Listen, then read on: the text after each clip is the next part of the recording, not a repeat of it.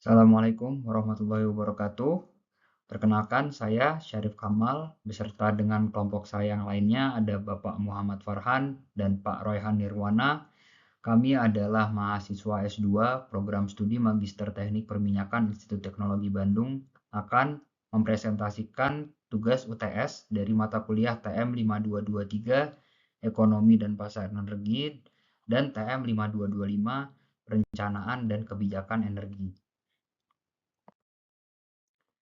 Berikut adalah outline dari presentasi kami. Ada 7 pertanyaan yang harus kami jawab dan kami analisa berdasarkan dari kasus transisi energi sistem kelistrikan Jawa Bali tahun 2025 sampai tahun 2030.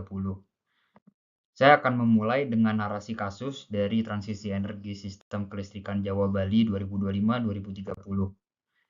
Jadi, latar belakangnya adalah sebagai berikut. Saat ini eh, sistem Jawa Bali ini adalah sistem interkoneksi terbesar di Indonesia yang melayani kurang lebih 160 juta penduduk atau sekitar 60% dari populasi nasional. Kapasitas terpasang saat ini sekitar 48.500 megawatt di tahun 2024 dengan beban puncak 29.200 megawatt yaitu terjadi pada saat malam hari di jam 7 sampai jam 8 malam.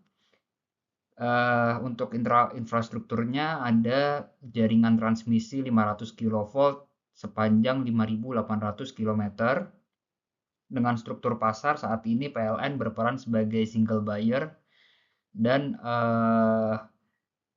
independent power producer menyumbang sekitar 42% dari total kapasitas, di mana pasar ini diregulasi oleh Kementerian ESDM. Untuk konsumen didominasi rumah tangga sekitar 78% dari pelanggan dan industri mengkonsumsi sekitar 38% dari total energi walaupun hanya 0,1% dari pelanggan. Untuk kinerja, rasio elektrifikasi saat ini sekitar 99,8%, namun konsumsi per kapitanya di 1.180 kW, di mana ini masih. Kemudian untuk kondisi operasional dan tantangan, yang pertama adalah profil beban, itu ada pola double peak, di mana di puncak siang hari ada permintaan 26.500 MW dan di malam hari meningkat sampai dengan di puncaknya 29.200 MW dengan faktor beban 74%. Kemudian tantangan yang pertama, margin cadangan saat ini cukup tipis, yaitu hanya 22%, mendekati batas minimum 20%. Kemudian tantangan kedua ada dominasi dan penuaan batu bara yang mana menghasilkan emisi karbon yang cukup tinggi, sekitar 185 juta ton CO2 per tahun, dan 35% dari armada PLTU batubara ini sudah berumur lebih dari 20 tahun. Jadi sudah cukup tua. Kemudian tantangan ketiga ada integrasi PLTS yang menghasilkan duck curve. Jadi peningkatan PLTS tenaga surya ini menciptakan duck curve yang cukup suram sehingga membutuhkan ramping 8.500 MW dalam waktu 3 jam pada sore hari terutama. Kemudian tantangan selanjutnya yaitu adanya kongesti transmisi di area kunci yaitu Jakarta Bandung dan Surabaya Gresik dengan utilisasi 92 sampai 95%. Untuk proyeksi permintaan listrik diproyeksikan meningkat 5,2% per tahun hingga 2030.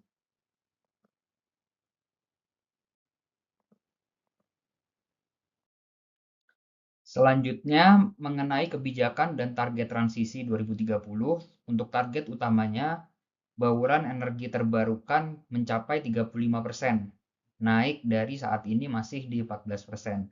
Kemudian penurunan emisi sektor kelistrikan 32%. Dan ini mendukung target menuju net zero emission di tahun 2060. Kebijakan kunci yang ditetapkan pemerintah melalui Perpres 112 tahun 2022 yaitu melakukan moratorium pembangunan PLTU batubara baru dan regulasi pendukungnya yaitu ada feed-in tarif untuk PLTS atap yaitu seharga 1.050 per kilowatt hour. Kemudian kewajiban renewable energy certificate untuk industri besar dengan target 5% di 2025 dan 15% di 2030. Dan melakukan insentif fiskal yaitu berupa pembebasan PPh untuk proyek-proyek energi baru terbarukan.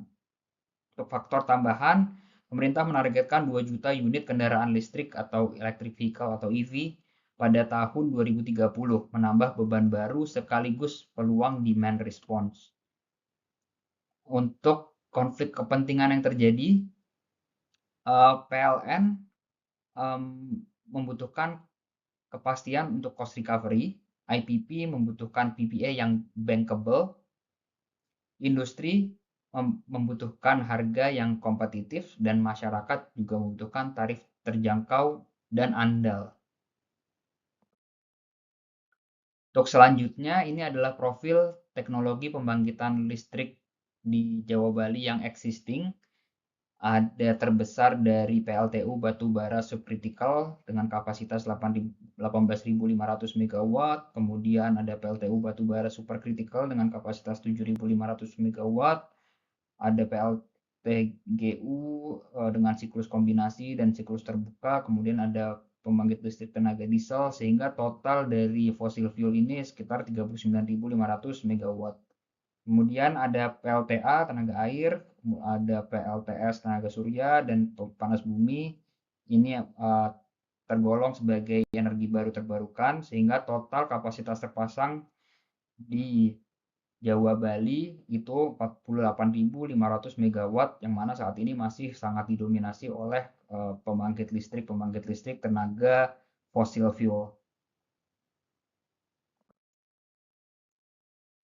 Dan berikut adalah parameter biaya untuk teknologi pembangkit baru.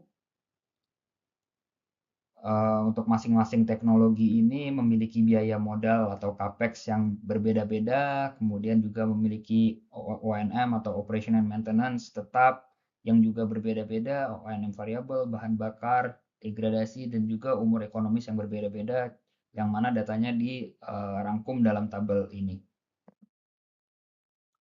Kemudian untuk parameter sistem dan ekonomi makro, untuk beban puncak itu di 29.200 MW, beban minimum di 18.900 MW, konsumsi energi tahunan di 195.000 GWh, faktor beban sistem 74%, pertumbuhan permintaan 5,2% per tahun, rugi-rugi pada transmisi sekitar 28% dan pada distribusi sekitar 6,2%, dengan discount rate 8%, inflasi diasumsikan 3,5% per tahun, nilai tukar Rp15.500 untuk 1 US dollar, harga karbon yang dimulai di tahun 2026 itu di Rp45.000 per ton CO2, target emisi di 2030 di 125 juta ton CO2 per tahun, tarif listrik rata-rata Rp1.450 per kWh dengan biaya pokok itu di Rp1.380 per kWh. Kemudian kita mulai dengan pertanyaan 7. Pertanyaan ini kita diminta untuk menghitung levelized cost of electricity dengan dan tanpa degradasi dari PLTS dengan data-data di next slide. Untuk asumsi-asumsi yang digunakan, asumsi kunci discount rate di 8%, harga karbon di 45.000 ton per CO2, harga batu bara di 850.000 per ton, harga gas 130.000 per MMBTU. Dengan asumsi operasionalnya untuk capacity factor berdasarkan tabel yang sebelumnya, untuk PLTU superkritikal di 82%, PLTGU di 65%, dan PLTS di 18%. Kemudian kita akan menentukan biaya privat per megawatt hour pada capacity factor aktual ini, kemudian biaya sosial yang dihasilkan karena eksternalitas karbon dengan harga 45.000 ton per CO2, dan perubahan merit order jika eksternalisasi diinternalisasi. Berikut adalah perhitungan data cost, capex, dan opex untuk PLTU ultra superkritikal, biaya modal di 22 miliar per megawatt, dengan O&M tetap sebagai berikut, O&M variabel sebagai berikut, dengan umur ekonomis yang juga berbeda-beda untuk setiap teknologi. Data operasional capacity factor sesuai dengan asumsi yang digunakan di slide sebelumnya, heat rate yang juga berbeda-beda untuk setiap teknologi, dan emisi yang dihasilkan 950 kg per megawatt hour untuk PLTU ultra supercritical dan 450 kg per megawatt hour untuk PLTGU siklus kombinasi. Kemudian di sini kita hitung berdasarkan asumsi kalori batu bara 5000 kilokalori per kilogram, kita konversi ke MMBTU sehingga harga bahan bakar kita dapati untuk batu bara itu di 42.800 per MMBTU, sedangkan gas di 130.000 per MMBTU. Kemudian kita lanjutkan untuk menghitung biaya-biaya yang dibutuhkan untuk masing-masing teknologi ini. Pertama kita hitung capital recovery factor, yaitu untuk merubah harga capex atau modal menjadi biaya tahunan dengan discount rate 8%. Jadi kita hitung capex itu menjadi tahunan dengan discount rate yang juga sudah diperhitungkan. Kemudian setelah dihitung didapatkan levelized cost untuk biaya modal itu sebagai berikut: 270 untuk PLTU Ultra, 189 untuk PLTGU, dan untuk PLTS 712. Sedangkan untuk O&M tetapnya yang dipakai untuk membayar biaya operasional yang tetap ya, seperti gaji, biaya sewa yang tidak terpengaruh terhadap banyaknya produksi electricity, yaitu ya seperti gaji, sewa, dan lain-lain, yaitu sebagai berikut. Sehingga setelah dihitung total biaya privat untuk PLTU ultra supercritical itu Rp757 per kilowatt. Untuk PLTGU itu Rp1.100 per kilowatt hour, dan untuk PLTS itu sekitar Rp827 rupiah per kilowatt hour. Nah, setelah kita menghitung biaya privat total, kita juga hitung biaya eksternalitas karbon, yang mana pemerintah mulai menerapkan pajak untuk emisi karbon, sehingga setelah ditotal termasuk ya baik biaya privat dan biaya sosial, PLTU ultra supercritical menjadi 800, PLTGU menjadi 1160, untuk PLTS tetap karena tidak ada biaya karbon, jadi 800. Sehingga jika kita bandingkan untuk merit ordernya adalah sebagai berikut: dengan memperhitungkan biaya karbon maupun tidak, kita tidak mengamati adanya perbedaan dari merit order, tetap PLTU menjadi cost yang paling murah di 757, dan PLTS kedua dengan cost 827, dan PLTGU menjadi yang paling mahal dengan cost 1143. Secara keseluruhan, walaupun merit order tidak berubah, tapi dengan adanya harga karbon ini menjadikan PLTS menjadi lebih kompetitif, di mana sekarang sudah cukup mendekati PLTU dan PLTS untuk harga levelized cost of electricity-nya. Sedangkan untuk PLTGU masih terlalu mahal karena biaya harga gasnya yang terlalu tinggi dalam kasus ini. Kemudian kita lanjutkan ke pertanyaan 7B, di mana di sini memperhitungkan degradasi dari produktivitas electricity pada PLTS. Jadi untuk asumsi-asumsinya masih sama, discount rate 8%, harga karbon 45.000 per ton, dan sebagainya, biaya modal 22 miliar untuk PLTU, dan untuk PLTS 14 miliar 500 juta. PNN tetap sebagai berikut, capacity factor sebagai berikut, heat rate untuk PLTU sebagai berikut dengan emisi CO2 yang dihasilkan PLTU, sedangkan untuk PLTS tidak ada emisi CO2. Namun untuk PLTS dengan berjalannya waktu, hasil yang dihasilkan hasil elektrik yang dihasilkan dari PLTS ini juga akan mengalami degradasi sebesar 0,5% per tahun. Dan berikut untuk perhitungan data bahan bakar batu bara. Jadi masih sama seperti pertanyaan 7A, kita menghitung capital recovery factor yang mengubah harga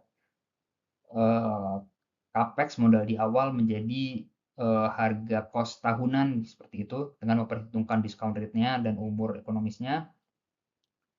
Kemudian produksi energi tahun pertama untuk PLTU superkritikal 7.400 MW hour, PLTS sekian, namun perlu diingat untuk PLTS ini karena adanya degradasi sehingga perlu juga dihitung faktor anuitasnya untuk memperhitungkan degradasi dari PLTS ini.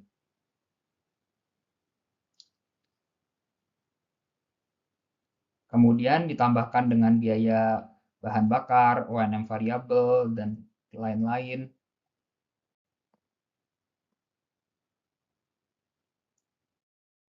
Nah, kemudian didapatkan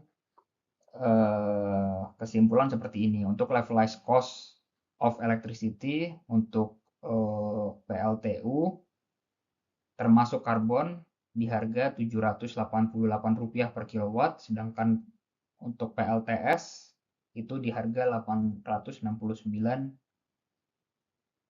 per kilowatt hour. Untuk saat ini masih PLTU lebih murah dibandingkan dengan PLTS dengan selisih sekitar Rp80 per kilowatt hour. Maka untuk mendapatkan grid parity, harga yang sama untuk kedua teknologi ini dibutuhkan penurunan capex sekitar 10,8% untuk PLTU.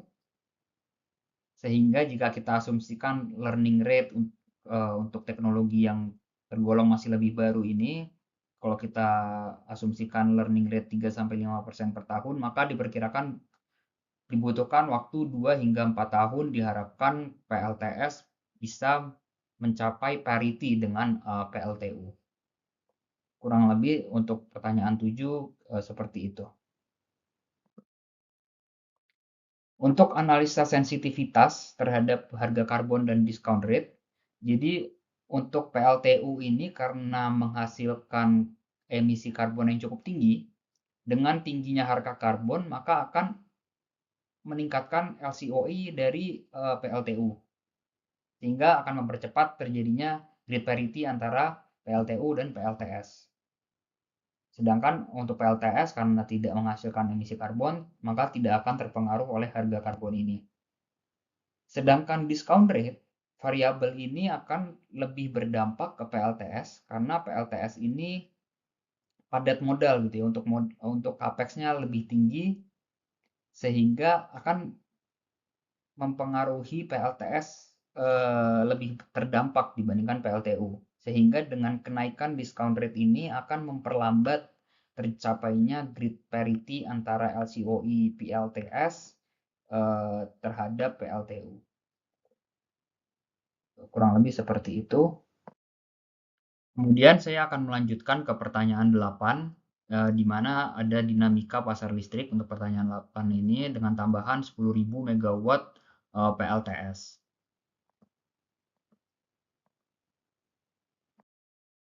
Untuk asumsi dan perhitungan cost sebagai berikut. Jadi sistemnya memiliki kapasitas 48.500 MW dengan harga-harga gas dan komoditas sebagai berikut, sehingga kemudian ada faktor emisi dan O&M variabel. Untuk emisi PLTU itu 950 kg per megawatt hour dan emisi gas itu 450 kg CO2 per megawatt hour. O&M variabel untuk PLTU 45, untuk PLTGGU 35, untuk PLTG 55, sedangkan untuk PLTD tidak ada. Kemudian kita akan menghitung short run marginal cost dari masing-masing pembangkit ini dengan komponen yang diperhitungkan adalah biaya bahan bakar, biaya fuel, kemudian O&M atau operation and maintenance variable, dan biaya karbon, sehingga kita memiliki short run marginal cost untuk per kilowatt hour electricity yang dihasilkan. Dari sini kita bisa dapatkan untuk pembangkit listrik dengan tenaga energi terbarukan karena tidak membutuhkan fuel maka akan nol. O&M variabelnya pun akan nol karena teknologi ini hanya memiliki O&M yang tetap dan tidak memiliki O&M variabel. Kemudian biaya karbon juga akan nol sehingga short term marginal cost untuk pembangkit listrik tenaga energi terbarukan ini akan nol. Sedangkan untuk yang menggunakan energi gas atau batu bara atau diesel akan berbeda-beda. Dan rangkuman dari short run marginal cost dirangkum pada tabel berikut, di mana yang paling rendah itu PLTU superkritikal dan paling tinggi adalah PLTG siklus terbuka.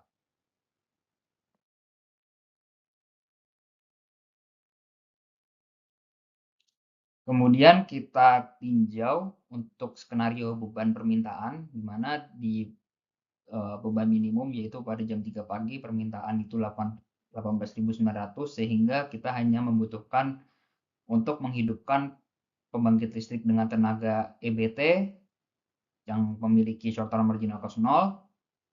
Namun karena masih belum cukup, maka kita juga perlu menghidupkan PLTU superkritikal dan PLTU subkritikal.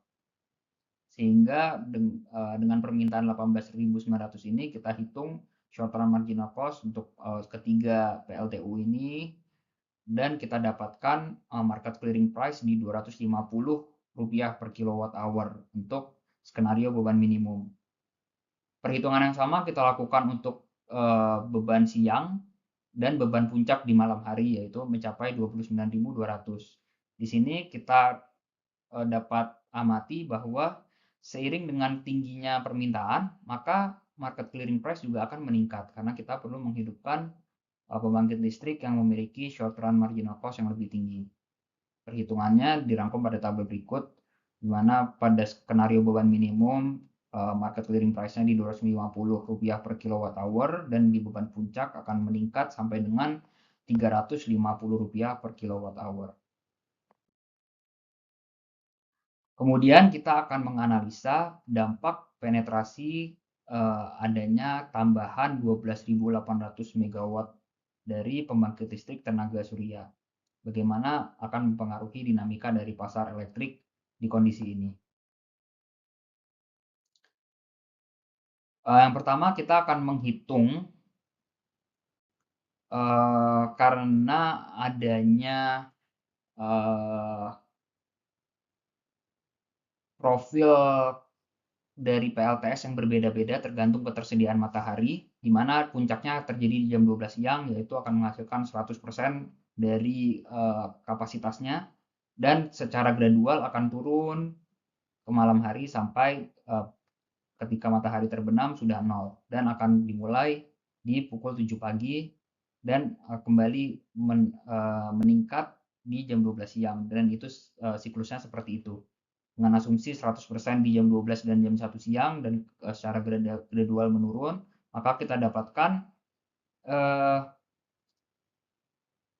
kapasitas dari PLTS yang tersedia di skenario 1 hari itu seperti ini, dan dengan permintaan yang juga berubah-ubah, maka kita mendapatkan profil dari residual load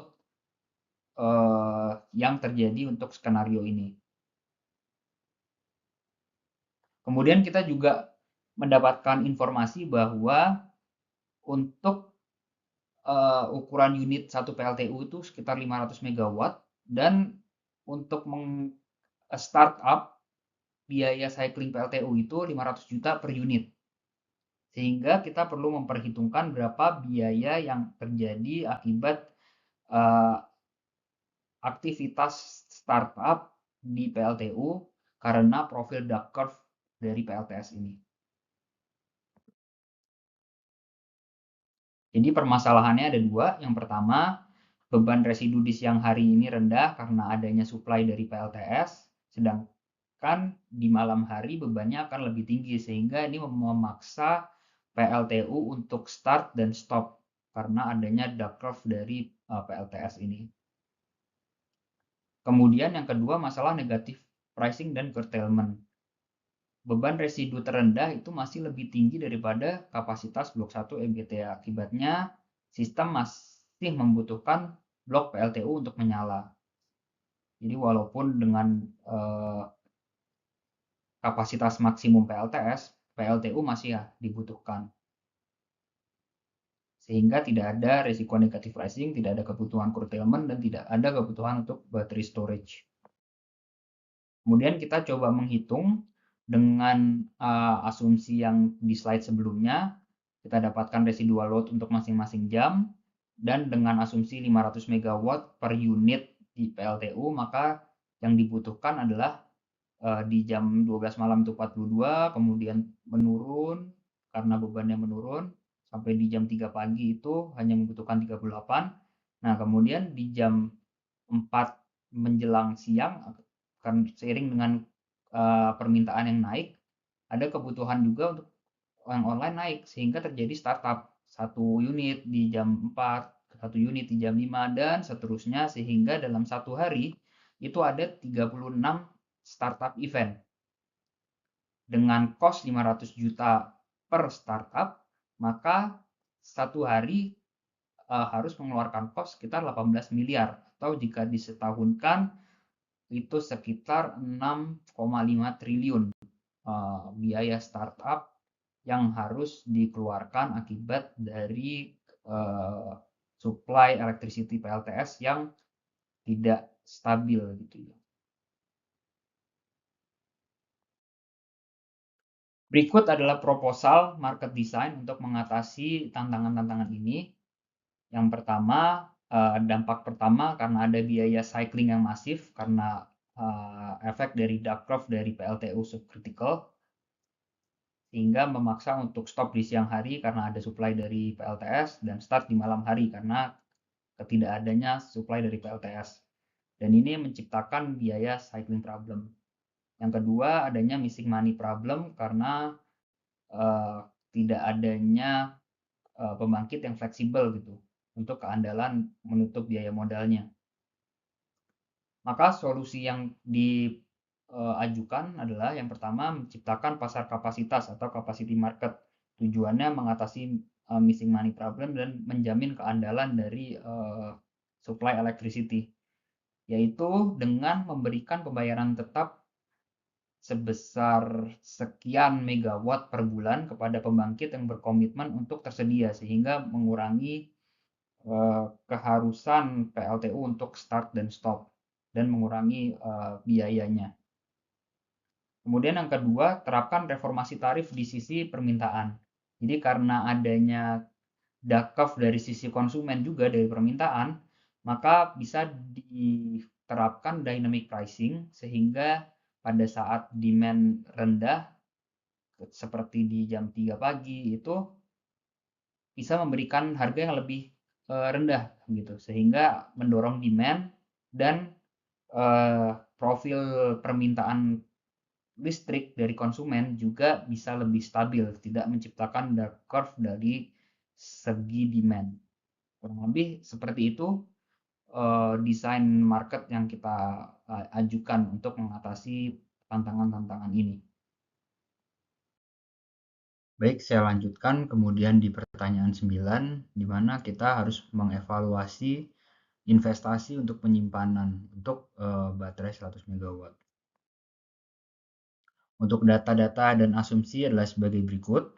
Untuk baterai 100 MW per 400 MWh, untuk biaya capex 8.500 juta atau 8,5 miliar per megawatt. ONM tetap 120 juta per megawatt per tahun dengan umur 15 tahun dan degradasi 2% per tahun, dan discount rate masih sama di 8%. Untuk revenue stream-nya sendiri ada 3. Dari yang pertama arbitrage, yaitu 300 cycle per tahun dengan spread 600 rupiah per kilowatt hour. Yang kedua dari frekuensi regulation, 50 MW reserve dengan payment 30 juta per megawatt per bulan. Kemudian yang ketiga ada capacity payment di harga 150 juta per megawatt per tahun.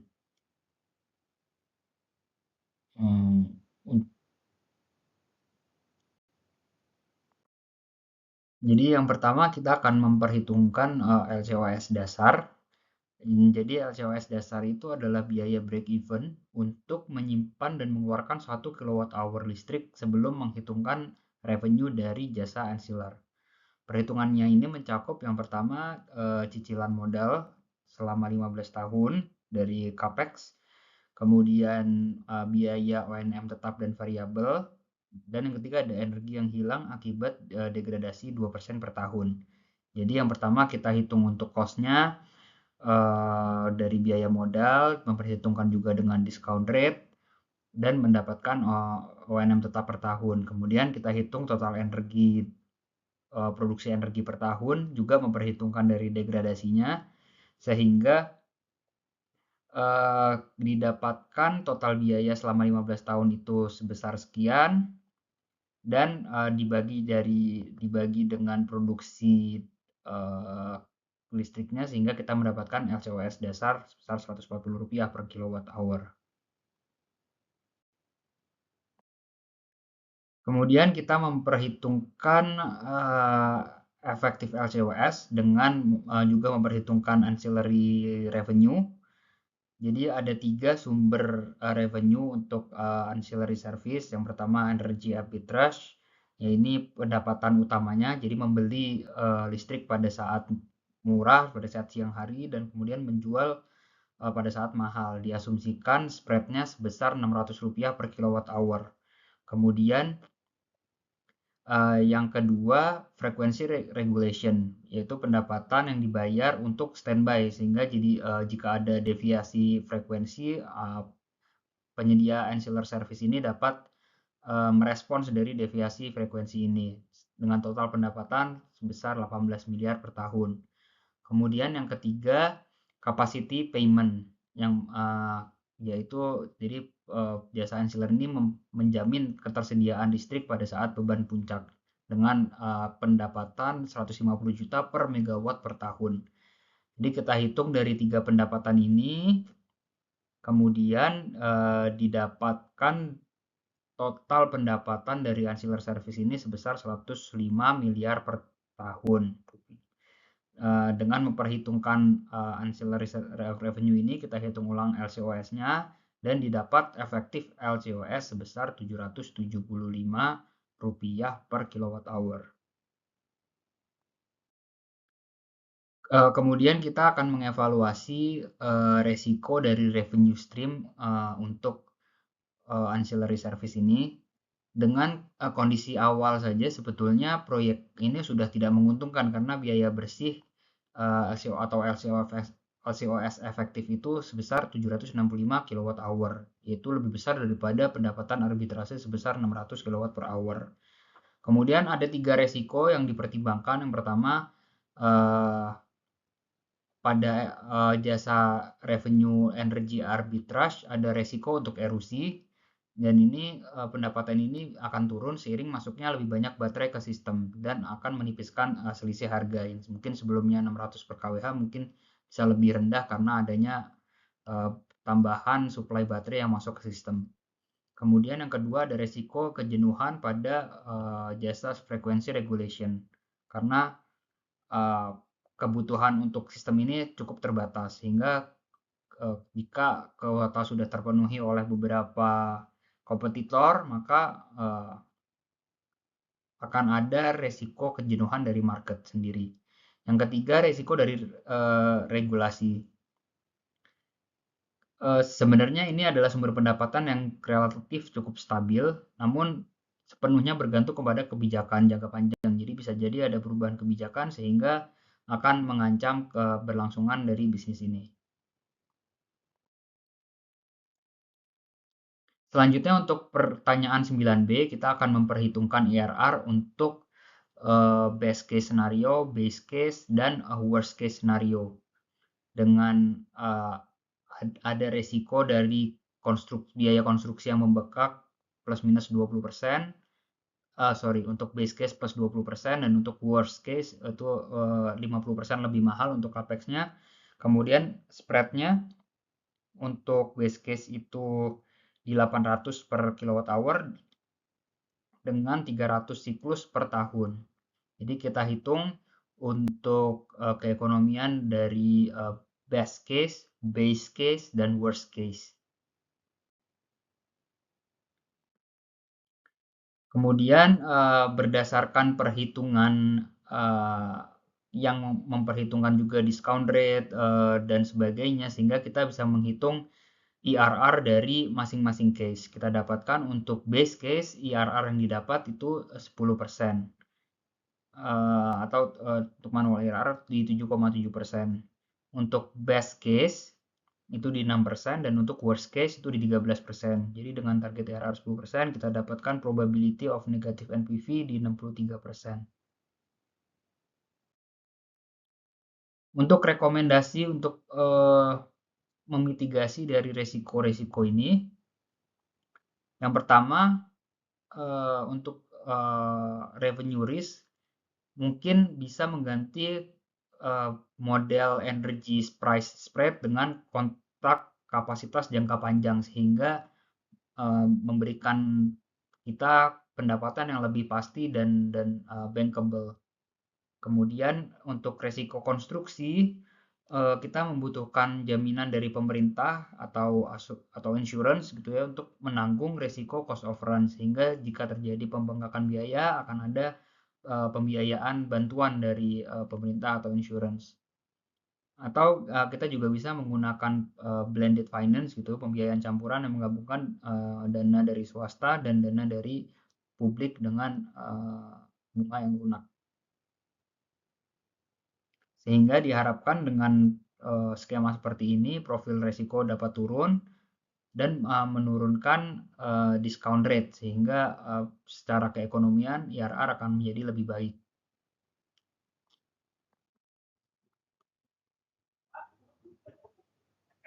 Ya, terima kasih Mas Syarif. Saya akan melanjutkan untuk pertanyaan nomor 10 ya. Di bagian ini kita akan membahas market failure atau kegagalan pasar di sektor listrik. Tujuannya adalah untuk memahami mengapa pasar listrik seringkali tidak menghasilkan alokasi sumber daya yang efisien secara sosial, serta bagaimana kebijakan publik dapat memperbaiki hal tersebut. Ya, fokus utamanya ini ada dua, eksternalitas karbon dan missing money problem, ya, dua bentuk kegagalan pasar yang umum terjadi di sektor tenaga listrikan modern. Nah, sebagai gambaran umum dari analisa kegagalan pasar dan inovasi kebijakan itu, secara teori pasar listrik itu hanya mencerminkan biaya dan manfaat sosial secara penuh. Namun pada kenyataannya banyak biaya lingkungan dan keandalan sistem tidak diperhitungkan dalam harga pasar. Kondisi ini menyebabkan dua kegagalan utama. Pertama, eksternalitas negatif dan emisi dari emisi karbon, di mana dampak lingkungan tidak masuk dalam harga listrik. Kedua, masalah investasi kapasitas, di mana pembangkit yang penting untuk menjaga keandalan sistem justru tidak mendapatkan pendapatan yang memadai. Jadi, kegagalan pasar eksternalitas karbon itu, kegagalan pertama berasal dari fakta bahwa emisi CO2 dari pembangkit listrik batu bara tidak memiliki harga pasar. Produsen hanya memperhitungkan biaya bahan bakar, operation and maintenance, dan modal, tapi tidak menanggung biaya sosial seperti polusi udara dan perubahan iklim. Akibatnya, listrik dari sumber fosil menjadi terlalu murah dan dikonsumsi secara berlebihan. Ya. Nah, secara sosial ini berarti masyarakat itu menanggung beban lingkungan dan kesehatan ya yang tidak tercermin dalam biaya produksi listrik.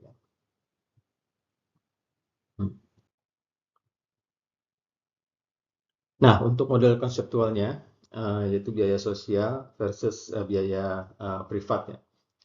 Jadi ini menjelaskan mekanisme kegagalan pasar tersebut. Ya. Jadi kurva biaya privat marginal atau MPC ya di sini itu mewakili penawaran pasar, sedangkan kurva biaya sosial marginal atau MSC adalah MPC ditambah social cost of carbon atau biaya eksternal dari emisi. Jadi ketika hanya biaya privat yang dihitung, pasar akan beroperasi di titik Q dengan produksi lebih dan harga terlalu rendah dibandingkan kondisi efisien sosial.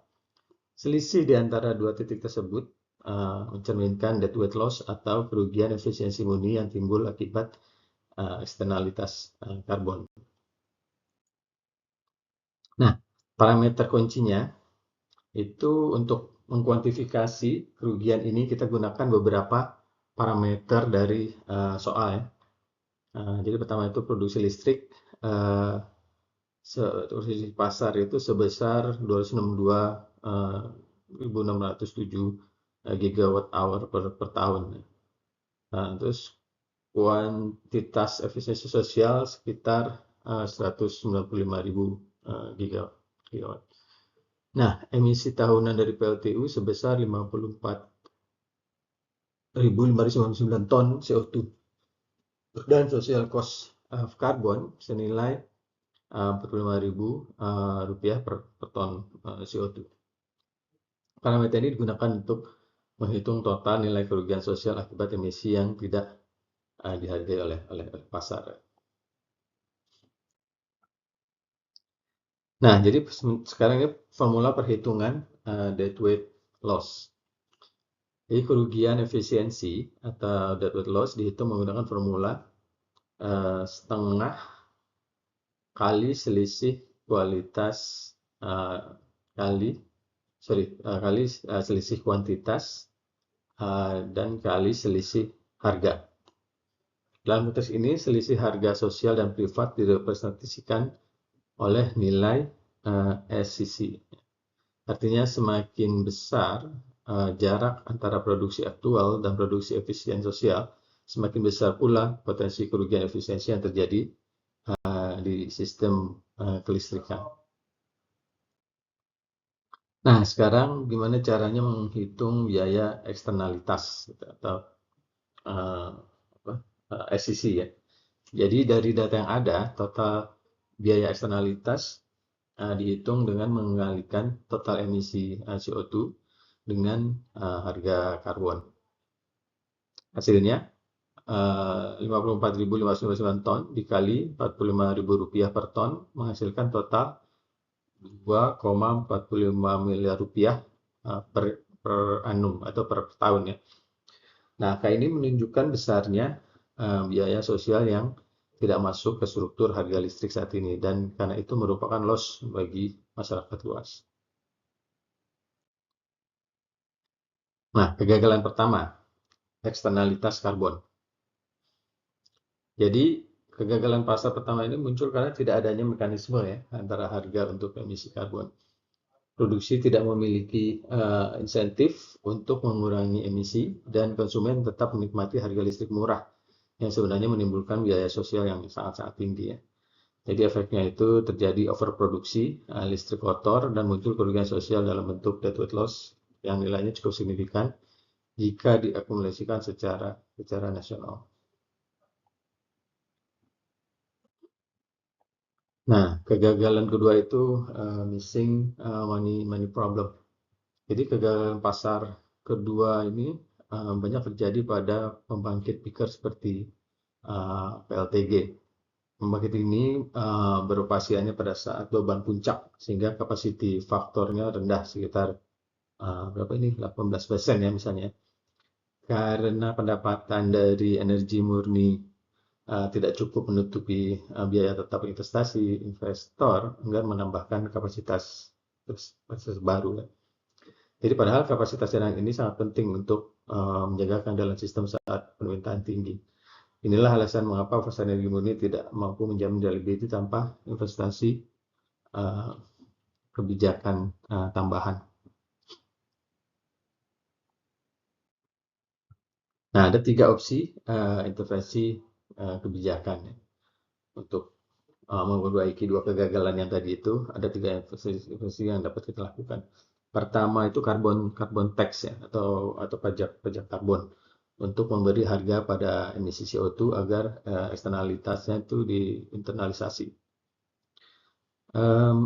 Kedua, capacity market ya, di mana pembangkit dibayar berdasarkan kapasitas siap pakainya, bukan dengan energi yang dijual, agar investasi kapasitas itu tetap menarik. Nah, yang ketiga ini renewable obligation. Ini itu kewajiban bagi produsen untuk mencapai target tertentu dalam penggunaan energi baru dan terbarukan. Ketiganya memiliki peran berbeda dan harusnya itu saling melengkapi ya antara ketiganya. Oke. Nah, sekarang analisa dari komparatif instrumen.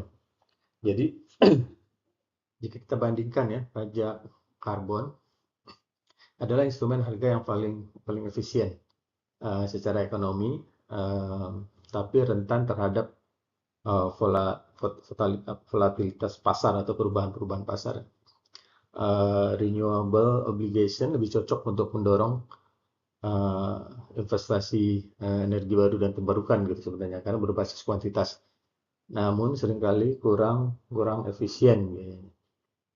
Nah, sementara capacity market itu efektif untuk menjaga keandalan pasokan, terutama ketika pasar energi gagal memberikan sinyal harga yang memadai bagi pembangkit cadangan. Ya. Nah, berikutnya.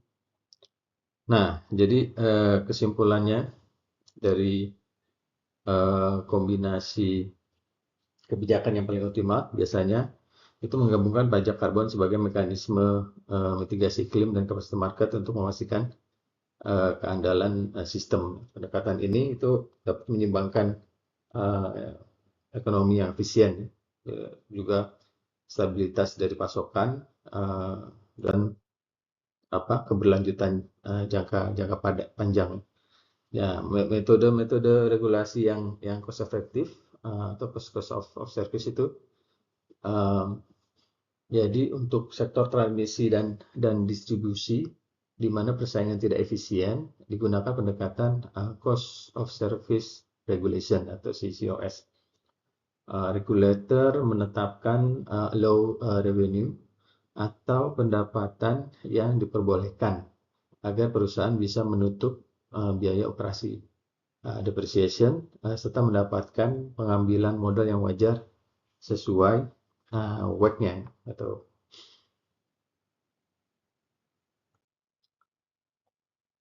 Nah, untuk perhitungan allowed revenue,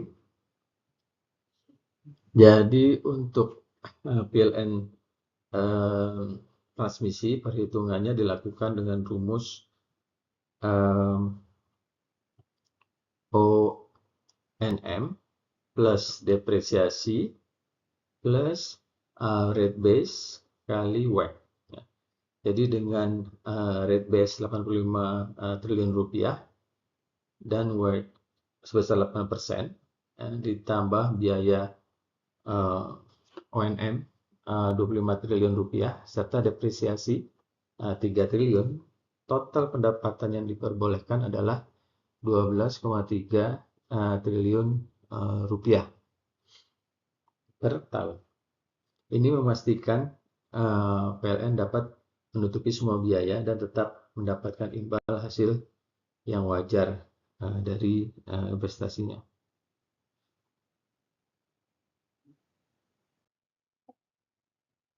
Nah, alokasi menjadi tarif transmisi ya, ini berikutnya. Pendapatan ini kemudian dialokasikan menjadi fixed charge sekitar 28,26 juta per megawatt per bulan ya, berdasarkan kapasitas tersambung. Jadi skema ini mencerminkan sifat biaya jaringan yang mayoritas tetap ya. Dengan demikian tarif transmisi tidak terlalu dipengaruhi oleh volume energi yang ditransmisikan, tapi lebih pada kapasitas sistem yang disediakan. Nah, keterbatasan cost of service dan solusinya polisi dari performance based regulation itu, PLN akan tetap mendapatkan pengembalian yang sama meski operasinya tidak efisien selama biayanya dianggap wajar ya, oleh regulator. Untuk mengatasi ini itu banyak negara yang menetapkan performance based regulation ya, atau PBR, di mana pendapatan utilitas dikaitkan dengan indikator kinerja tertentu seperti efisiensi biaya, pengurangan rugi, dan keandalan sistem. Nah, usulan skema dari performance based regulation ini, jadi dalam skema berbasis kerja itu utilitas dapat memperoleh bonus jika berhasil meningkatkan efisiensi atau keandalan, ya, based on performance. Juga akan dikenakan penalti jika kinerjanya menurun. Jadi fair ya. Jadi misalnya 80% dari dia tetap digantung oleh skema tetap, sementara 20% sisanya bersifat variabel dan tergantung pada performanya. Pendekatan ini memberi sinyal ekonomi yang lebih kuat bagi utilitas untuk berinovasi dan memperbaiki efisiensi sistemnya. Dan nampaknya konsumen pun akan mendapatkan layanan yang lebih baik dengan biaya yang otomatis lebih efisien. Nah, itu pertanyaan nomor 10. Saya akan lanjutkan dengan pertanyaan nomor 11. Ya. Pertanyaan nomor 11 ini jadi tentang energy policy instrument atau instrumen kebijakan energi, ya, khususnya instrumen harga karbon dan pendekatan perilaku dalam manajemen permintaan listrik. Oke. Nah, ini yang pertama itu desain carbon pricing optimal. Ya. Berikutnya aja. Ya, jadi ini carbon price yang diperlukan ya. Jadi carbon price berdasarkan hasil perhitungan perbedaan biaya antara PLTU dan PLTGU adalah sekitar Rp488 per kWh. Sedangkan selisih emisi antara keduanya adalah 0,5 kg per kWh. Dari sini diperoleh harga karbon optimal sekitar Rp976.840 per ton CO2. Jadi pada harga ini biaya marginal PLTU dan PLTGU menjadi seimbang di 1.358 per kWh. Ya. Jadi jika karbon sedikit lebih tinggi, PLTGU menjadi lebih murah untuk dioperasikan. Dan sistem secara otomatis beralih ke pembangkit yang lebih bersih, ya, PLTGU. Nah, berikutnya dampak terhadap biaya dan daya saing. Ya. Jadi penerapan harga tinggi ini akan menimbulkan biaya produksi listrik secara signifikan. Jadi tarif end user bisa melonjak jauh di atas tarif rata-rata saat ini, yang berisiko menekan daya saing industri nasional. Jadi skenario full pass-through akan membebani konsumen, sementara skenario dengan subsidi membutuhkan biaya fiskal besar hingga mungkin ratusan triliun gitu ya, mahal sekali. Jadi karena itu kebijakan terbaik adalah menggunakan pendapatan dari karbon untuk mendukung investasi energi terbarukan dan efisiensi energi. Ya, jadi bukan untuk menutup subsidi langsung ya. Itu nggak efisien ya kalau kita selalu menutup subsidi listrik secara langsung. Nah, jadi untuk rancangan phase-in schedule 2025 sampai 2030 yang meminimalkan shock. Jadi untuk menghindari economic shock, harga karbon perlu dinaikkan secara bertahap, biar nggak kaget ya. Fase pertama di 2025 dimulai dari Rp100.000 per ton CO2. Fokus pada PLTU tua yang tidak efisien. Itu fokus yang pertama. Nah, berikutnya di tahun 2027 naik nih ke di sini 350.000 per ton ya, untuk mendorong retrofit PLTU lama. Nah, tahun 2029 naik lagi ke 600.000. Nah, ini untuk menciptakan dorongan kuat untuk investasi EBT baru. Karena kalau semakin mahal, kan mau nggak mau, bisnis akan berubah. Industri harus berubah. Nah, pada tahun 2030 menjadi 976.000 per ton, di mana PLTGU menjadi lebih kompetitif dibanding PLTU yang sudah tua tadi. Nah, pendekatan ini memberikan keseimbangan antara efektivitas dan stabilitas ekonomi. Oke, saya akan lanjutkan tentang program demand dan response behavioral.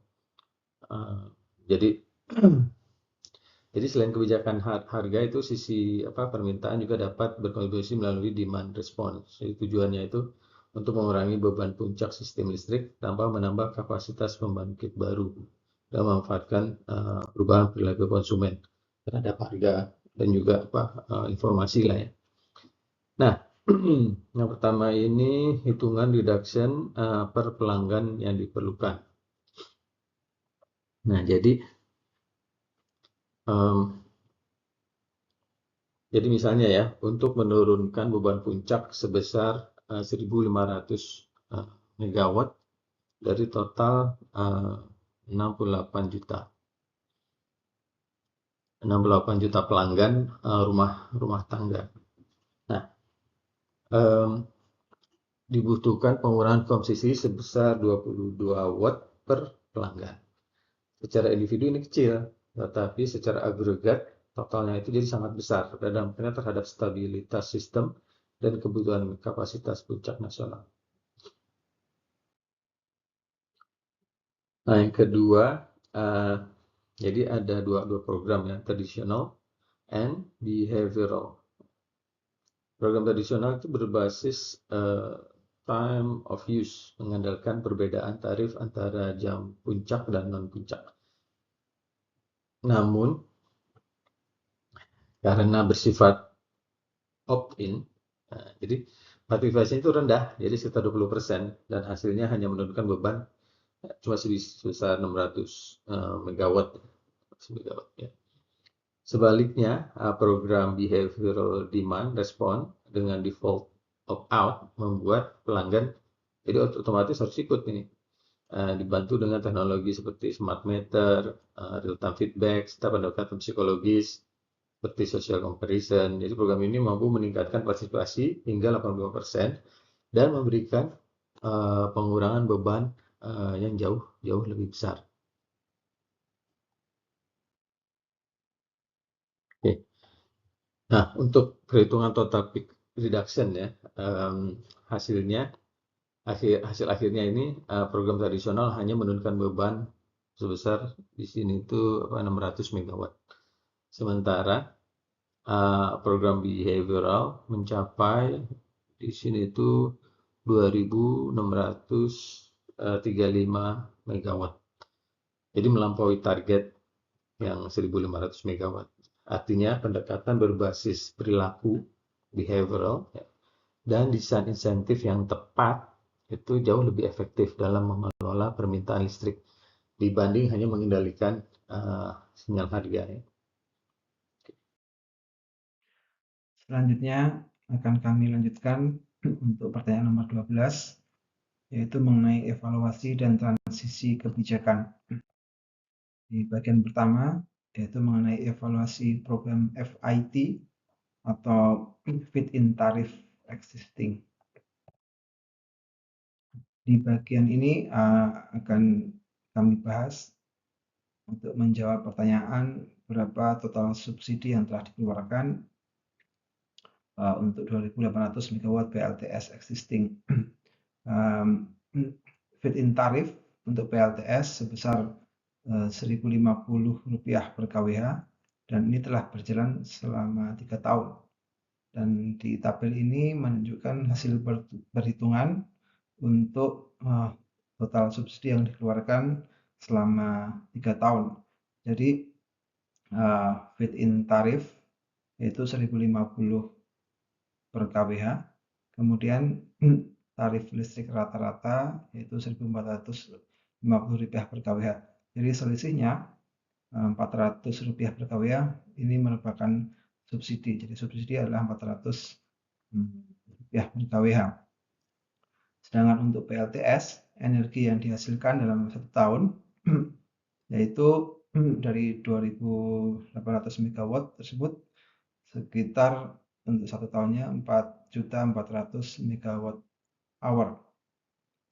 Jadi untuk 3 tahun maka dikalikan 3 menjadi 13 juta MWh. Jadi biaya subsidi selama 3 tahun adalah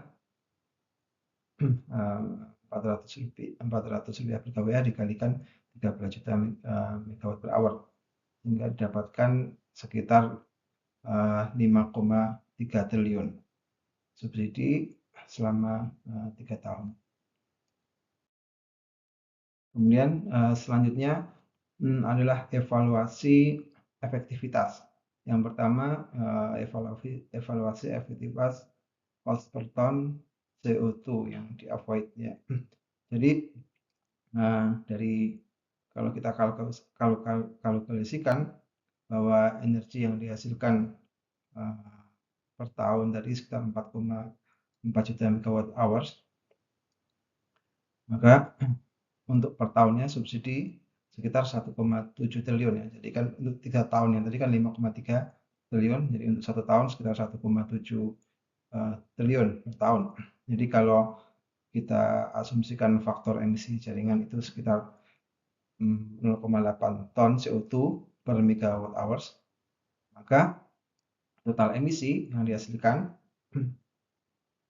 totalnya adalah sekitar 3,5 juta ton CO2.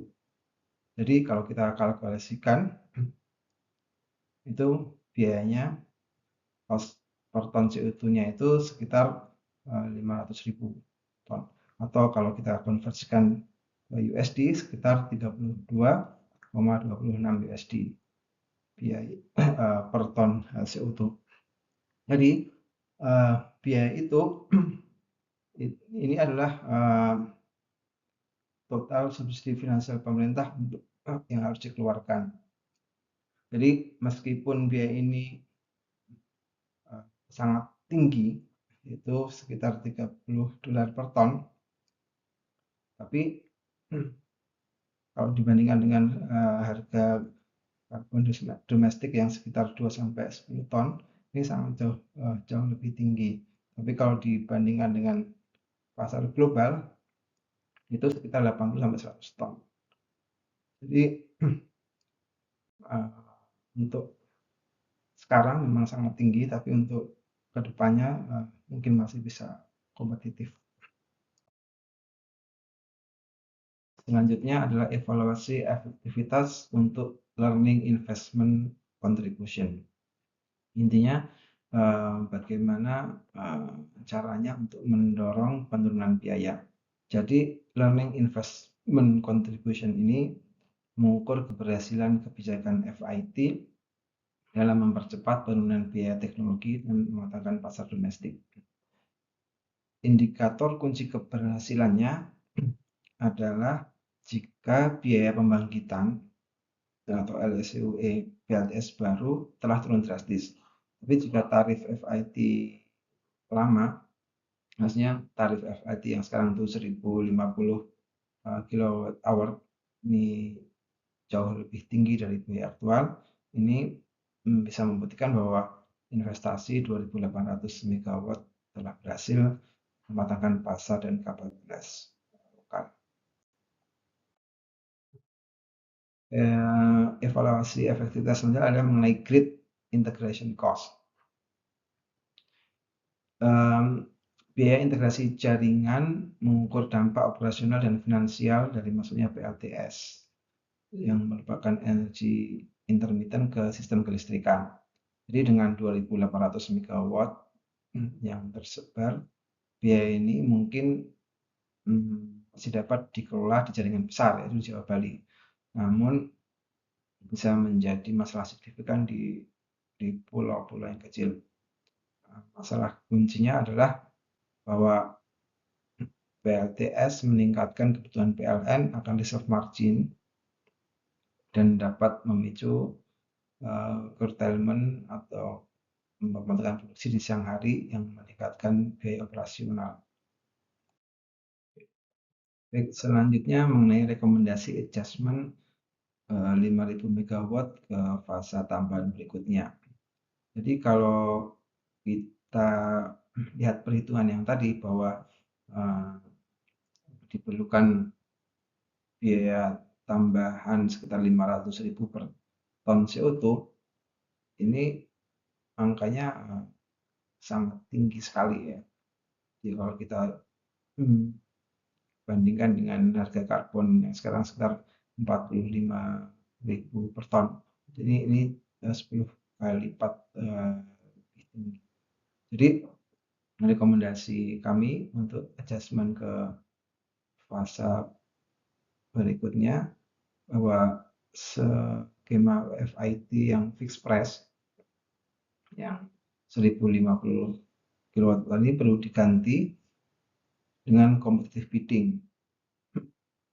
Competitive bidding jadi difloorkan FIT-nya ini, dan ini berbasis BPP regional atau biaya pokok penyediaan yang regional. Jadi setiap region itu bisa berbeda-beda, bukan bersifat nasional, tapi bersifat regional, bisa berbeda-beda. Nah, hal ini bisa menurunkan tarif dengan adanya persaingan dan memanfaatkan penurunan biaya teknologi, sehingga beban subsidi bisa berkurang signifikan. Itu yang strategi yang pertama. Kemudian strategi yang kedua itu kita wajibkan bahwa untuk proyek PLTS yang skalanya besar harus disertai dengan sistem penyimpanan energi baterai guna mengatasi sifat intermittent dan juga menekan biaya integrasi jaringan dan meningkatkan keandalan pasokan listrik terutama pada periode beban puncak. Selanjutnya adalah pembahasan mengenai roadmap unbundling. Jadi transisi dari model single buyer yaitu PLN ke pasar yang kompetitif atau competitive market adalah proses yang sangat kompleks yang harus dilakukan secara bertahap. Yang pertama harus diidentifikasi mengenai stranded cost-nya atau biaya yang terdampar. Jadi ada dua hal. Yang pertama PPA atau Power Purchase Agreement jangka panjang yang existing. Jadi ini adalah kontrak pembelian listrik oleh PLN dari IPP yang harganya tinggi, yang di atas harga pasar. Jika harga pasar turun, selisih kerugian ini harus ditanggung oleh mekanisme transisi. Ini adalah stranded cost yang pertama. Yang kedua, yaitu overcapacity PLTU tua. Jadi aset PLTU tua milik PLN yang sudah tua dan tidak efisien, yang belum terdepresiasi penuh, artinya nilai bukunya belum nol. Nah, aset ini harus ditutup untuk dekarbonisasi dan nilai sisa bukunya menjadi stranded cost yang harus ditanggung. Selanjutnya mengenai fase transisi pasar antara tahun 2025 sampai 2030. Jadi untuk roadmap-nya itu antara 2025 sampai 2030 kita bagi menjadi beberapa fase, menjadi 3 fase. Jadi fase yang pertama adalah fase persiapan dan regulasi, yaitu dimulai tahun 2025 sampai 2026. Fase yang kedua partial opening, yaitu tahun 2027 sampai 2028. Dan fase yang ketiga adalah full market 2029 sampai 2030. Di fase pertama yang merupakan fase persiapan dan regulasi itu kita harus merevisi kerangka hukum. Jadi harus ada undang-undang atau peraturan pemerintah yang disahkan yang mengizinkan unblending, unbundling, dan partisipasi swasta. Yang kedua, dibentuk badan regulator pasar. Jadi didirikan otoritas pasar independen yang terpisah dari PLN. Dan yang ketiga, pemisahan fungsional PLN. Jadi PLN dipisahkan berdasarkan fungsi pembangkitan atau generator, fungsi transmisi, dan distribusi. Nah, itu adalah fase yang pertama. Kemudian dilanjutkan fase yang kedua, partial opening, yaitu kita mulai membuka kompetisi terbatas pada sisi pembangkitan atau generation. Akses ini terbuka terhadap jaringan transmisi PLN. Ya. Dan mungkin bisa dimulai kompetisi ini untuk konsumen industri yang besar ya, misalnya di atas 30 megawatt.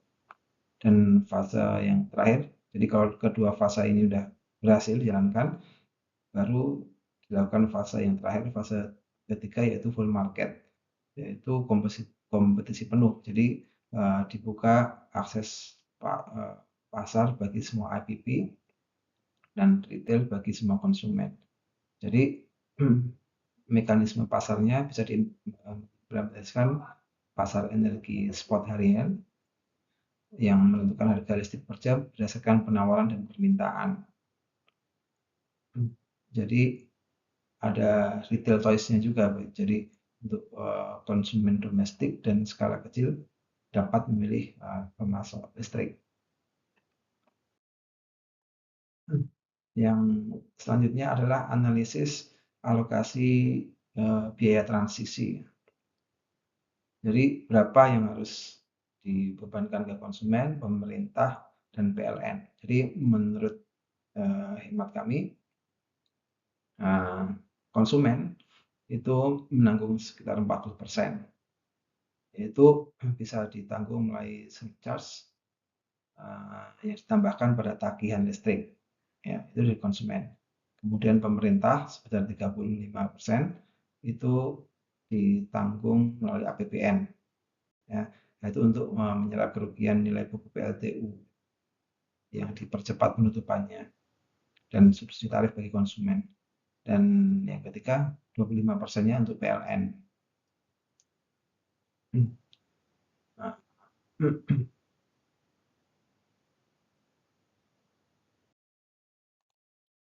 selanjutnya akan kita bahas pertanyaan nomor 13, yaitu mengenai rencana aksi terintegrasi atau komprehensif menuju target 2030.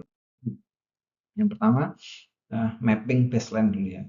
Mapping baseline 2024 dan target 2030. Jadi untuk 2024 total kapasitas yang terpasang adalah 48.500 MW, di mana 6.790 MW merupakan kapasitas energi baru terbarukan. Sedangkan untuk tahun 2030 yaitu target usulannya untuk total kapasitas terpasang 52.500 MW, di mana 35%-nya itu adalah EBT, yaitu 35% target dari pemerintah bukan EBT, jadi sekitar 18.436 MW. Sementara emisi karbonnya di tahun 2024 185 juta CO2 per tahun, dan target pemerintah yaitu sebesar 125 juta CO2 per tahun atau sekitar turun 32% dari baseline. Menurut perhitungan kami itu bisa dicapai sekitar 140 juta per tahun. Ya. Sehingga kapasitas fosil di tahun 2024 yang 41.390 MW akan turun menjadi 34.238 MW. Dan energi tambahan dari EBT sebesar 42.747 GWh. Nah, nah, untuk mencapai target-target tersebut ada 3 pilar strategi yang harus dijalankan. Yang pertama, pilar pertama yaitu transisi fosil yang bertahap. Jadi kita harus melakukan retirement PLTU sebesar sekitar 3.200 MW hingga tahun 2030 yang bisa dibarengi dengan co-firing biomasa. Jadi ini untuk tetap menjaga reserve margin sebesar 20% dan meminimalkan stranded asset. Yang kedua, pilar yang kedua yaitu akselerasi EBT, yaitu penambahan EBT yang baru sebesar 11.000 MW, mungkin bisa berupa PLTS sekitar 3.500 MW dan PLTP sekitar 2.300 MW. Karena kedua pembangkit ini adalah biaya PT-nya rendah, LCO-nya rendah, dan PLTN dan PLTP sebagai baseload pengganti fosil. Dan pilar yang ketiga harus dilakukan penguatan sistem dan yang terpenting adalah regulasi pendukung. Jadi bisa dilakukan dengan peningkatan fleksibilitas jaringan dan percepatan implementasi carbon pricing. Itu adalah tiga pilar strategi menurut hemat kami. Jadi ada beberapa critical path ya, itu yang harus dimulai dari sekarang tahun 2025 yang menjadi prioritas agar semua transisi, semua roadmap sampai tahun 2030 bisa tercapai. Critical path-nya menurut kita yang harus dimulai tahun 2025 itu ada 4 prioritasnya. Yang pertama mengenai regulasi. Jadi harus ada kebijakan regulasi yang jelas yang untuk mendorong transisi energi bersih yang berupa adanya insentif dan carbon pricing yang menarik bagi investor. Yang kedua harus dilakukan feasibility study dari PLTS, PLTP, PLTA, PLTP baru. Itu harus cepat-cepat diakselerasi feasibility study EBT. Yang ketiga untuk energi fosil itu harus mulai dilakukan rehabilitasi dan targetnya di tahun 2025 itu 3.200 MW. Nah ini bisa mengurangi emisi CO2 secara signifikan. Yang keempat dari segi jaringan itu harus mulai dibangun transmisi 500 kV yang baru. Ya, ini untuk mereduksi kongesti dan meningkatkan fleksibilitas sistem. Namun ada beberapa kondisi boundary yang harus dipenuhi. Jadi maksudnya adalah kondisi prasyarat yang harus tetap dijaga untuk dalam keberhasilan implementasi ini. Yang pertama yaitu kondisi boundary yang harus tetap dipenuhi dari segi teknis bahwa reserve margin harus lebih besar dari 20%. Nah, ini harus dilakukan dengan integrasi dengan storage agar tetap terjaga itu lebih dari 20%. Kemudian boundary yang kedua ekonomi. Jadi stabilitas makro itu harus terjaga, inflasi 3,5%, rupiah stabil, dan FIT yang kompetitif. Yang ketiga yaitu setelah regulasi yaitu penerapan dan carbon pricing secara konsisten dan insentif EBT yang menarik. Nah, itu harus ada. Kalau nggak ada ya nggak jalan. Yang keempat yaitu mengenai dampak sosial lingkungan.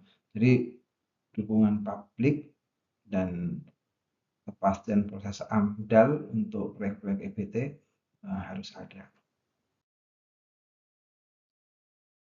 Jadi ini adalah detail roadmap implementasinya dari 2025 sampai 2030 dan terkait dengan perkiraan total investasinya.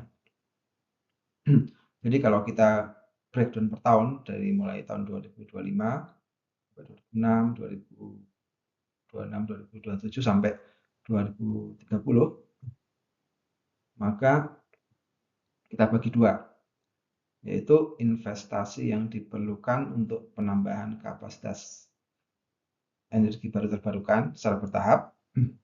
Yang kedua, biaya yang harus dikeluarkan untuk decommissioning PLTU, dan itu secara bertahap. Jadi perhitungan kami per tahunnya adalah seperti yang tertera pada tabel ini. Untuk tahun 2006 perlu 63,5 triliun,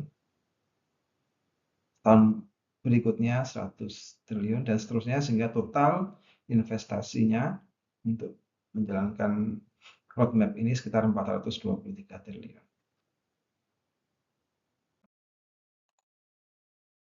Baik, selanjutnya mengenai analisis dimensional.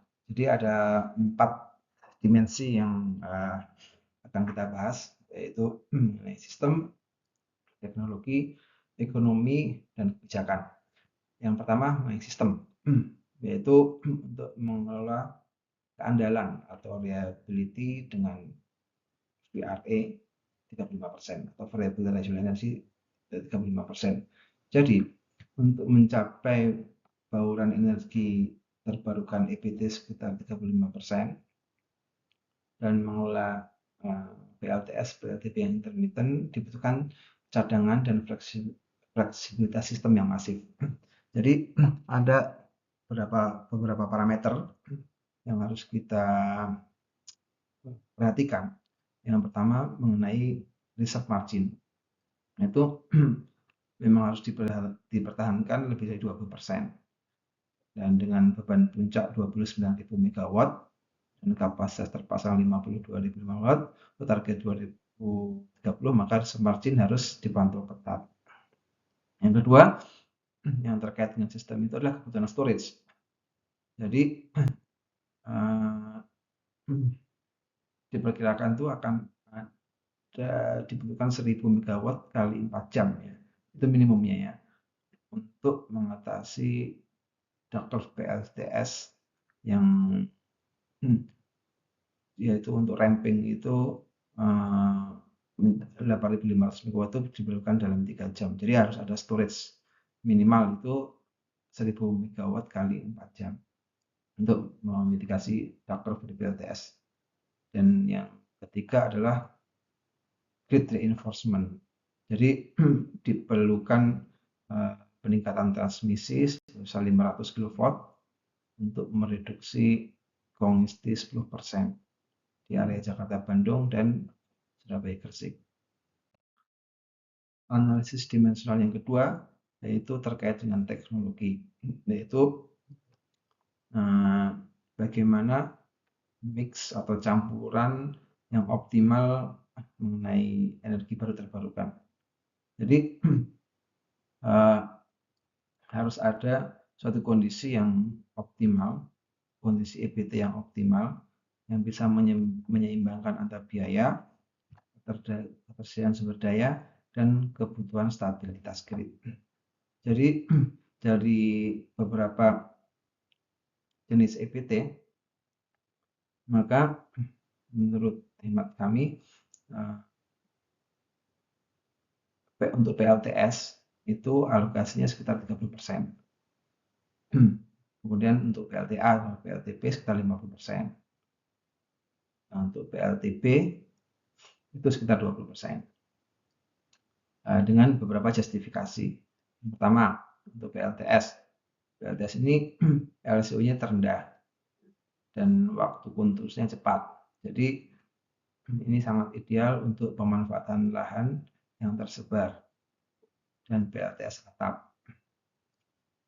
Kemudian untuk PLTA, PLTP ini memiliki faktor kapasitas 85% yang cukup baik. Jadi ini bisa untuk menggantikan PLTU. Sedangkan untuk PLTP ini adalah untuk diversifikasi di antara beberapa jenis EBT yang lain. Jadi dia itu untuk modelnya sangat kompetitif, sekitar 19 juta per megawatt. 19,5 miliar per megawatt. Ya. Yang ketiga, dari segi ekonomi,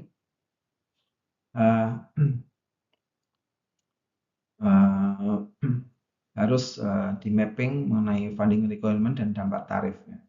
Jadi dari perhitungan investasi yang telah dilakukan sebesar 423 triliun total investasi dari 2025 sampai 2030. Nah ini untuk struktur pembiayaannya bisa dikombinasikan antara IPP atau hutang komersial dan fund atau pinjaman yang lunak dan likuiditas. Yang kedua,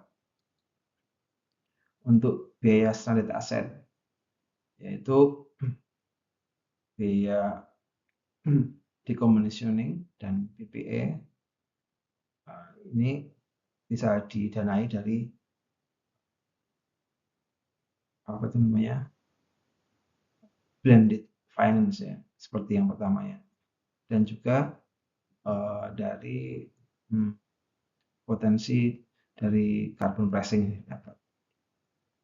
Terus yang ketiga, komponen finansial yang ketiga yaitu dampak tarif, ya, kenaikan maksimal 5,5% per tahun.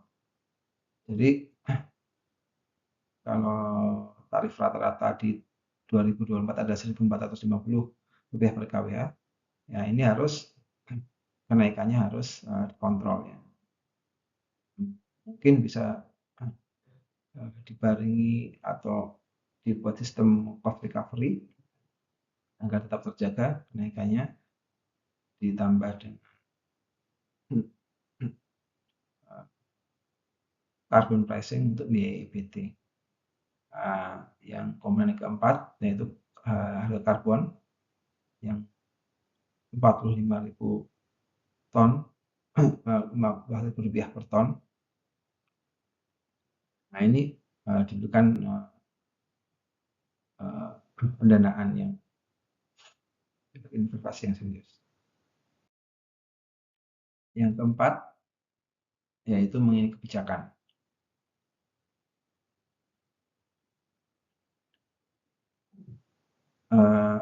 Ada 3 instrumen kebijakan yang penting, yaitu yang pertama mengenai carbon price.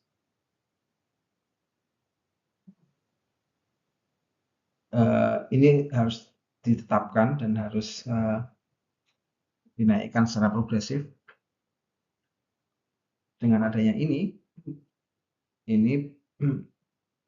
bisa untuk mendorong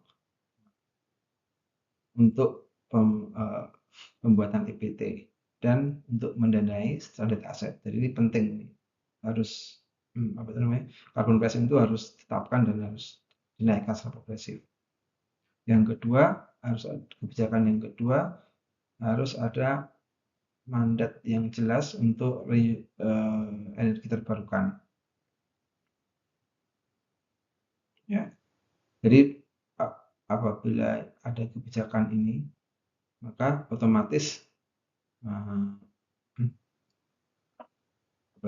demand dari EBT bisa meningkat dan bisa mengurangi ketergantungan pada single buyer PLN. Terus yang terakhir adalah perlu adanya subsidi atau insentif. Dengan adanya subsidi insentif ini bisa mengurangi resiko investasi EBT yang tinggi dan mempercepat adopsi PLTS di sektor perumahan.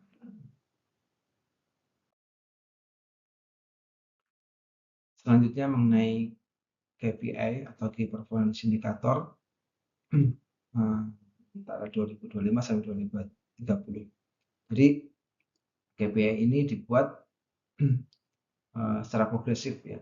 Jadi ada tiga tahap. Yang baseline sekarang, target 2030, sama transisi atau midterm atau target pertengahan di tahun 2027. Dan ini dibuat secara terukur KPI-nya untuk memantau kemajuan transisi. Jadi ada beberapa KPI di sini. Yang pertama adalah renewable penetration. Jadi baseline-nya itu 14%, targetnya 35%, target midterm-nya tahun 2027 sekitar 22 sampai 25%. Kemudian emission, yaitu berapa CO2 per megawatt hours. Jadi baseline-nya sekarang itu masih 185 juta CO2. Jadi target yang kita perkirakan bisa dicapai itu sekitar 144 juta. Kemudian grid reliability, nanti di target 2030 kurang dari 50 menit, di tahun 2027 atau midterm-nya kurang dari 65 menit. Kemudian economic efficiency, yaitu sistem cost per megawatt hour. Kalau sekarang kan 1380 ya, biaya pokoknya. Nah, di tahun 2030 1680. Jadi kenaikannya itu sekitar 3,5%. Di target pertengahan 1520. Nah, kemudian implementasinya berapa megawatt yang akan dijalankan. Sekarang masih 0, targetnya 11.600 megawatt untuk energi baru terbarukan, dan di midterm-nya 4.600 megawatt. Yang terakhir adalah mengenai risk management. Jadi ada kita identifikasi ada 3 risiko yang bisa menghambat atau menunda roadmap ini sampai 2030. Yang pertama, risiko yang terkait dengan regulasi dan kebijakan. Jadi ini probabilitasnya tinggi. Jadi dan dampaknya cukup lumayan ya. Jadi regulasi dan kebijakan ini sangat penting kita mulai sekarang di tahun ini, tahun 2025. Apabila terjadi delay, dampaknya sangat tinggi, karena kalau delay ya target 2030 bisa nggak tercapai. Kemudian yang kedua, risiko teknis ya, yaitu duck curve ya, yaitu probabilitasnya menengah. Makanya mitigasinya harus dilakukan percepatan pembangunan storage. Storage harus cepat untuk mengatasi duck curve ini. Terus yang ketiga, risiko finansial, karena pendanaannya cukup besar, investasinya 420 triliun. Ini walaupun dipecah selama 5 tahun itu tetap besar. Jadi harus ada blended finance untuk pendanaan ini. Ya, ini secara analisis secara risiko. Demikian yang dapat kami sampaikan dari kelompok kami untuk tugas UTS ini. Terima kasih.